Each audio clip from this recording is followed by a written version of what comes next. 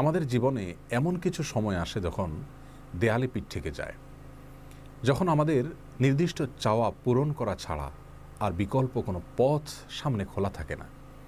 এ ধরনের পরিস্থিতিতে আল্লাহ রাব্বুল আলামিনের কাছে আমাদের মনের একান্ত কামনা বাসনাগুলোকে পূরণ করবার জন্য একটি বিশেষ পথ বাতলেছেন আমাদেরকে প্রিয় নবী সাল্লাল্লাহু আলাইহি ওয়াসাল্লাম, আর সেটি হলো ইসমে আযম। ইসমে আযম মানে হলো মহান নাম। আল্লাহ রাব্বুল আলামিনের এই ইসমে আযম তথা মহান নামের মাধ্যমে কোনো কিছু চাওয়া হলে তিনি সেটা পূরণ করেন। এই নামের মাধ্যমে আল্লাহকে ডাকা হলে তিনি সেটাকে সাড়া দেন। এ মর্মে নবী আলাইহিস সালামের অনেকগুলো হাদিস রয়েছে।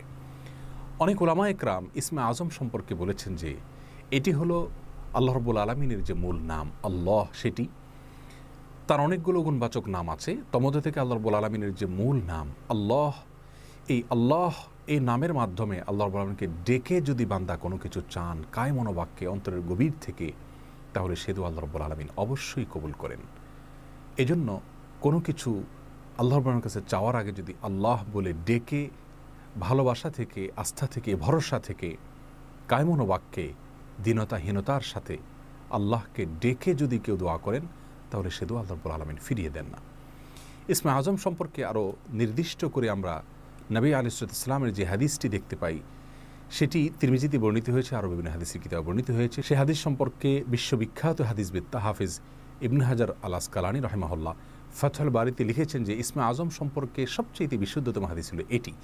আর সেটি হলো এই যে বুরায়দা রাদিয়াল্লাহু আনহু বর্ণনা করেছেন, এক ব্যক্তি নামাজের মধ্যে একবার কিছু বাক্য বলে উঠলেন। নবী সাল্লাল্লাহু আলাইহি সাল্লাম তার কথাগুলো শুনলেন।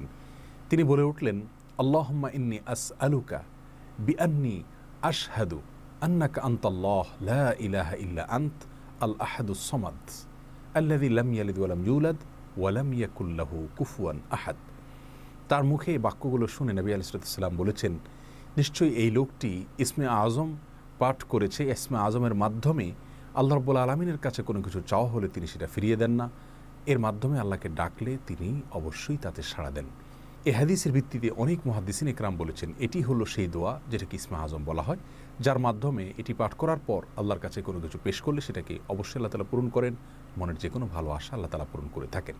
দোয়াটি আবারও বলছি, আল্লাহুম্মা ইন্নী আসআলুকা বিআন্নী আশহাদু আন্নাকা আনতাল্লাহ লা ইলাহা ইল্লা আনত আল আহাদুস সামাদ আল্লাযী লাম ইয়ালিদ ওয়া লাম ইউলাদ ওয়া লাম ইয়াকুল লাহু কুফুয়ান আহাদ। যার অর্থ হলো, হে আল্লাহ, আমি আপনার কাছে প্রার্থনা করছি এ মর্মে যে, এই জন্য যে, এই ভিত্তিতে যে আমি সাক্ষ্য দেই আপনি আল্লাহ, আপনি ছাড়া সত্যিকারের কোনো মাবুদ নেই, আপনি কারো মুখাপেক্ষী নন, আপনি একক, এবং আপনি কাউকে জন্ম দেননি, আপনাকেও কেউ জন্ম দেয়নি, এবং আপনার সমকক্ষ আর কেউ হতে পারে না। এই বাক্যগুলো পাঠ করে আল্লাহ রাব্বুল আলামিনের কাছে কোনো চাওয়া পেশ করলে তিনি অবশ্যই সেটি পূরণ করেন। কেউ যদি অত্যন্ত সংক্ষেপে ইসমে আযমের মাধ্যমে দোয়া করতে চান, তাহলে তিনি আল্লাহ রাব্বুল আলামিনের প্রতি আন্তরিকতা, ভালোবাসা, শ্রদ্ধা, বিশ্বাস, ভক্তি এবং ভরসা রেখে আল্লাহকে ডেকে ডেকে মায়ার সাথে, মমতার সাথে আল্লাহর অনুগ্রহগুলোর কথা স্মরণ করে আল্লাহকে ডেকে ডেকে তার মনের চাওয়াগুলো পূরণ করবেন। এটা হবে ইসমে আযমের সবচেয়ে ছোট ভার্সন।